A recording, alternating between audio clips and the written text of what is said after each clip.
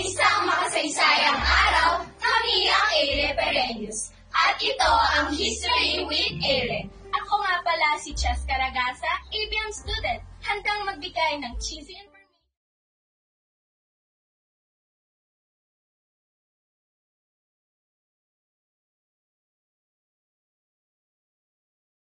Po si Reyna Piedad, SPA student, ang magre-reyna sa pagbabahagi ng kasaysayan. Ako naman si Relay Pestanya, STEM student na willing maging boses para sa kasaysayan. Ako naman si Steph Prestoria, SPA student, ang mag-first step sa magbibigay sa inyo ng kaalaman tungkol sa kasaysayan.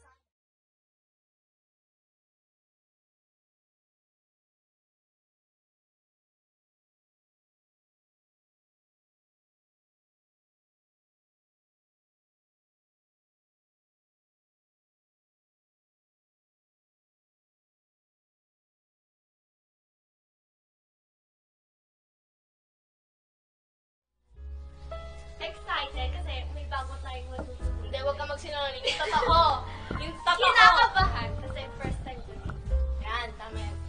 How about Steph? Ako rin, excited pero pinakabahan din at the same time kasi nga first time natin.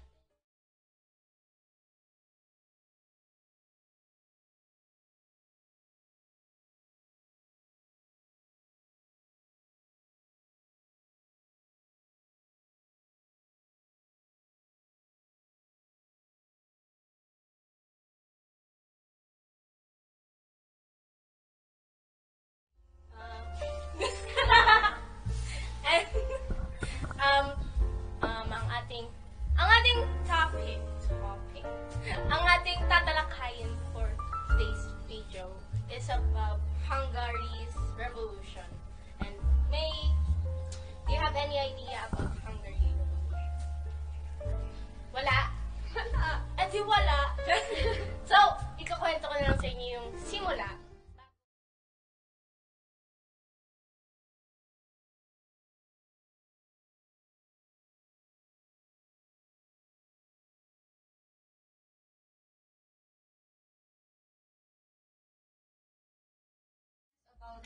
This topic.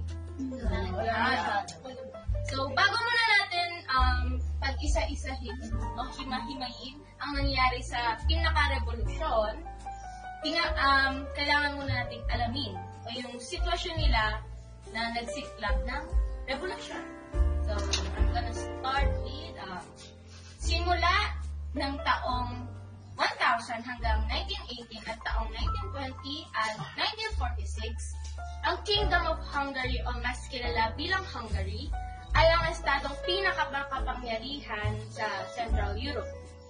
Kalaunang nawala ang kalayan ng Hungary noong salakayin at sakupin sila ng Mongol noong at ito sa pagitan ng Ottoman Empire at Austria noong taong 1541 hanggang 1699.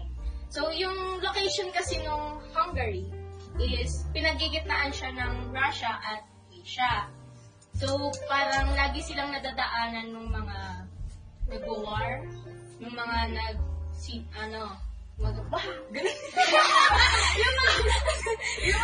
nagdidigmaan sa ngayon. Tapos, yung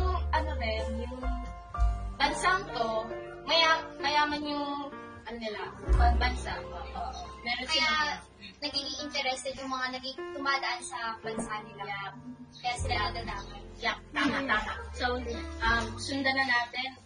Isang makabuluhang European royal family, ang mga Habsburg, na kilala sa higit na 6 na siglong pamumuno sa Austria at Austrian Empire. So, yung Habsburg, sila yung dynasty na namumuno sa Austria. Yun lang. Sila yung namumuno. So, next is yung ang mayaman at masining na kapitan ng Vienna ay 2 beses kinubkob ng Turks. Sunod din ang kinuha ang pamamahala ng Bosnia at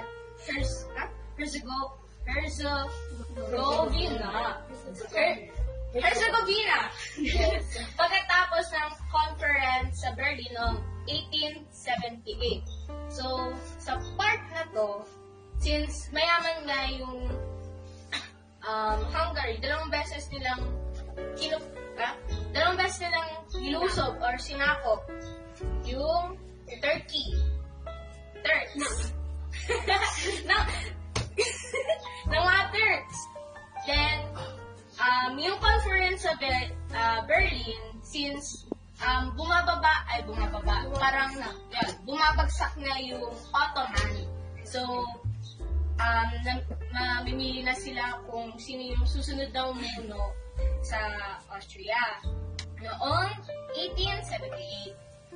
Then, nagsilbing protection sa pagitan ng kulturang Muslim at Kristiyano, maging sa silangan at kanluran ang mga bansang ito.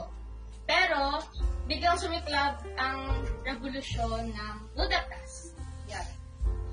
So, familiar ba kayo sa revolusyon na naganap sa Budapest? So, ito na nga. Noong October 1956, lumikha ng listahan ng 16 na kahilingan para sa pambansang patakaran ang mga mag-aaral ng Budapest Technical University. Ang pangatlo sa kahilingan nila ay ang pagbabalik ni Negi sa premier. Noong October 23 naman, tinanggihan ni Ernogero ang mga kahilingan ng 20,000 na nagproprotestang nagtipon sa harap ng monumento ni Joseph Berg sa Budapest. So, sino nga ba si Joseph Berg? At Ano ba yung naging ganap niya dito sa revolusyon na to? Ito.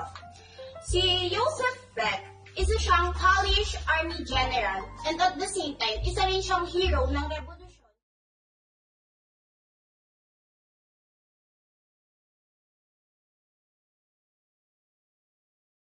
Sa mga ito, mabilis itong nauwi sa malawak na pag-alsat. So dahil sa maraming taong napatay, nauwi yun sa malaking pag-alsat, sa madugo, tama.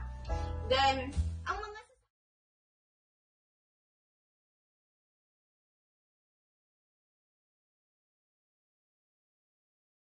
ay tinanggal. Pagsapit ng tanghali ng sumunod na araw, nakaposisyon na sa labas ng parliament ang mga tangke ng Soviet dahil si Ernogero ay humingi ng tulong sa Soviet. O sa militar, I mean.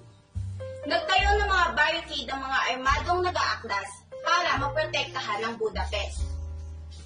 Habang naging punong ministro si Emre Nagy dahil sa pagsisikap niya na patahimikin ang populasyon, naging target ng isang agresibong pagsalakay ang mga labi ng mga sikretong pulis at grupong Soviet ng mga nag-aaklas. Lumitaw naman ang revolusyonaryong konseho sa buong bansa na siyang nakakuha ng kapangyarihan sa mga lokal na pamahalaan at nagpahayag ng mga pangkalahatang welga. So, yun na nga. so, ganun pala talaga yung nangyari nung time na yun. Onti lang yung kasi yung alam din natin dun sa panahon. So, na-highlight na madubungan talaga ang nangyari sa revolusyon sa Budapest. Oo. So, kilalanin naman natin kung sino yung tao na naging utak sa revolusyon na to o nagbigay ideya para may masimulan sa revolusyon. So, dito may kilala natin si Count Lajos Batsiani Denimenka. Pamilyar ba kayo sa kanya? Yes. Siya yung namuno sa opposition sa upper house ng Hungarian Diet o tinatawag din parliament. Tama. Pero, bibigyan natin ng paglilinaw ang background niya o ang personal background niya or yung parang buhay niya. So, si Batsiani ay isinilang noong 82. Sa edad ng 23 ay nagsimula siyang dumalo sa Hungarian Diet o ang parlamento. Noong 1839 naman, naihalal siya sa taas ng kamera ng Hungary at pinamunuan ng oposisyon sa upper house ng Hungarian Diet. Ginugol niya naman ang kasunod na 10 taon para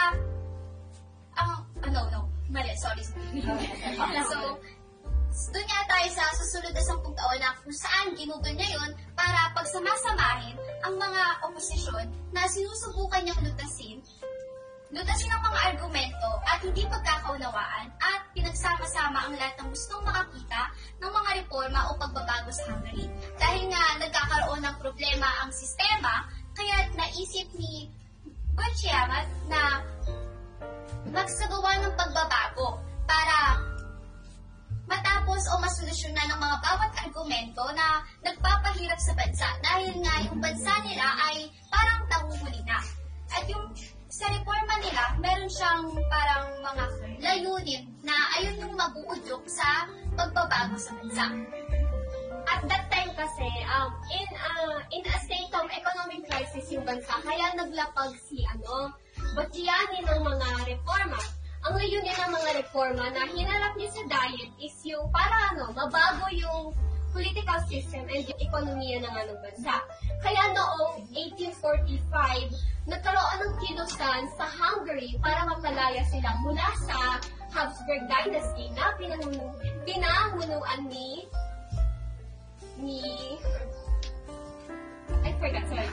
na pinamunuan niya. And after a month siya na nga yung pinili ng Austrian Emperor na si Ferdinand I para maging punong ministro or prime minister